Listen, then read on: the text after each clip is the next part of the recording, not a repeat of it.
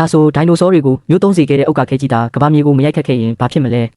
လွန်ခဲ့တဲ့နှစ်ပေါင်း66တန်းကမန်ဟတ်တန်ကျွန်းရဲ့အရှေ့တဝက်နီးပါးရှိတဲ့အကျယ်10ကီလိုမီတာလောက်ရှိတဲ့ဥက္ကာခဲကြီးတစ်ခုဟာအခုခေတ်မက္ကဆီကိုနိုင်ငံနေရာကိုအရှိန်ပြင်းပြင်းနဲ့ရိုက်ခတ်ခဲ့ပါတယ်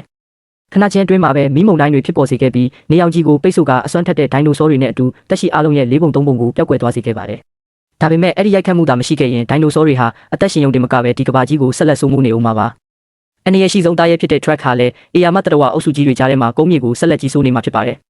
ကောင်းကင်ယံမှာတော့အေယာမပြန်လွှတ်သွားတတဝတွေပြည့်နေနေပြီးပင်လယ်ထဲမှာလည်းဒီနေ့ခေတ်ငါးမန်းတွေကိုတင်းငယ်သွားစေလောက်တဲ့အထိကြီးမားတဲ့တတဝကြီးတွေရှိနေမှာပါကမ္ဘာကြီးရဲ့ပုံစံဟာလည်းအခုနဲ့လုံးဝခြားနားနေပါလိမ့်မယ်ဝင်ရိုးစွန်းဒေတာတွေဟာရေခဲတောတွေဖြစ်မနေပဲအပူပိုင်းမိုးတစ်တောတွေဖြစ်နေမှာပါဒိုင်နိုဆောတွေကဂေဟစနစ်တိုင်းကိုစိုးမိုးထားမှာဖြစ်လို့နို့တိုက်တတဝတွေအတွက်နေရာမရှိသလိုကျွန်တော်တို့လူသားတွေစင်ကဲပြောင်းလဲလာဖို့အခွင့်အရေးလည်းရှိမှာမဟုတ်ပါဘူးဆိုလိုတာကလူသားတွေရောမနိုင်ငံပီရမစ်တွေနဲ့အင်တာနက်ဆိုတာရှိလာမှာမဟုတ်ပါဘူးတမိုင်းစာမျက်နှာတွေဟာရေးထိုးမခံရပဲကြံရစ်နေမှာပါ